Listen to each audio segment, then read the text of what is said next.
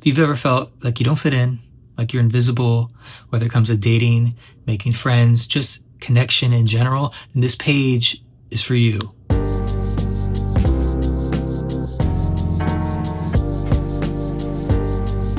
My name is Jason Williams. I am a connection coach. I hate the word coach, but that's what I am.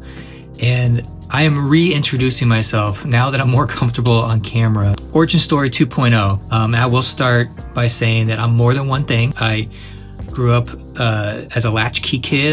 That means I was in front of the TV a lot. Both my parents worked. As a child, I knew I wanted to do this. I wanted to be a filmmaker. And movies raised me. I learned life lessons from movies. I don't glorify bad things in movies. I actually feel like I grabbed the lessons from it. And I'm a huge empath. I can put myself in other people's shoes, and I think that's why I love movies so much, is when I watch a movie, I feel things. It makes me cry. I'm a very sensitive person. When I see someone in a movie that I like get hurt, it hurts me. I think that originally I wanted to be a filmmaker because I wanted to make movies, and I still make movies. That's my art. But I didn't realize what it was teaching me. And things I learned like way, actually in my 30s probably, because I grew up very shy and quiet. I am an INFJ. Doesn't mean that this page is only for INFJs. I don't like talking about that stuff. It just means that I'm very sensitive. I'm very in tune with things around me. I cry a lot, mostly for happy things. Like love makes me cry a lot if I see it. And also I have a sixth sense. Pretty much, I feel like all INFJs do, where we're just so observant that we just see the world in this objective way, I guess, and we can just like see the angles and stuff like that. I'm an overthinker. I used to be an overthinker. I'm way better at it, but I've used all this stuff as my superpowers now. And growing up, I was super shy. My first girlfriend, I remember, and I'm not going to talk about this the whole video. These are other videos, but I just talk about a little bit about my first girlfriend. I think I was in 4th or 5th grade. Her name is Jenna. I think I said like one word to her. I don't even know how I asked her out. I don't remember. I remember I was sweaty, like I was gonna pass out, I think. And I think it was over the phone. I can't remember that either. There's only one thing I remember about that whole relationship was at a roller rink, like a skating rink. And we skated to like a song and we held hands.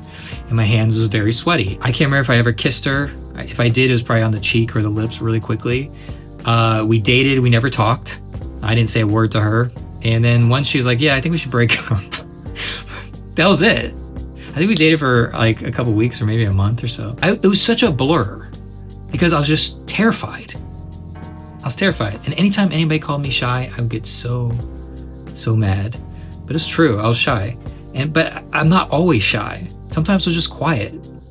If I'm around people that I'm comfortable with, I'm just quiet a lot of times. I just like to observe. So I just thinking of all the women I dated over the years, it's kind of the same thing over and over again. They didn't last long. I just got nervous and I didn't know how to talk to people. I grew up feeling like an outsider, and even in my friend group, I felt like an outsider. And the other thing I gravitated towards, because I was a latchkey kid, was hip hop. I got into hip hop, when I think about it, I'm like, it was around the same time as Yo MTV Raps came out. Because I was watching MTV all the time, and then all of a sudden there's this new form of music that's starting to take over. When people hear music and they say they love it, that's exactly what I felt immediately. I learned so much from hip hop. I learned of the injustice in the world. There's a lot of conspiracies in the 80s and 90s, and how Black people were treated, and anybody who's not white was treated. And I knew this at a young age.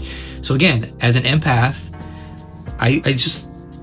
I gravitated to things I liked, but in a group, I always felt like I was the outsider. Like everybody's talking about this subject and I don't care about that. I like my movies and music. So I always kind of grew up feeling like I like what I like and I don't care if other people like it. I hated when people get peer pressured in front of me.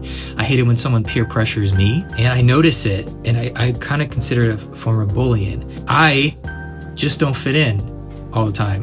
Later on, you realize that like that's a good thing. I just wanted out of that town. I grew up in Florida, Space Coast area. My friend in high school told me, hey, there's a film school that's opening up and you don't even have to have SAT scores or anything. I wanted out of high school so badly. I was never really bullied. I think maybe once or twice I almost was bullied, but it was people I already knew.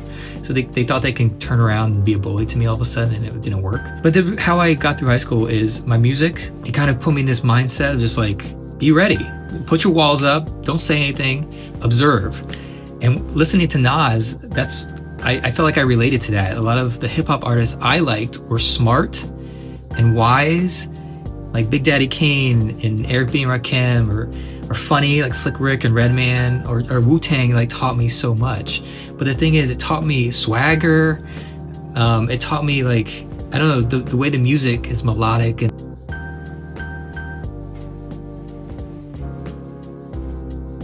yeah, I just feel like I moved to it.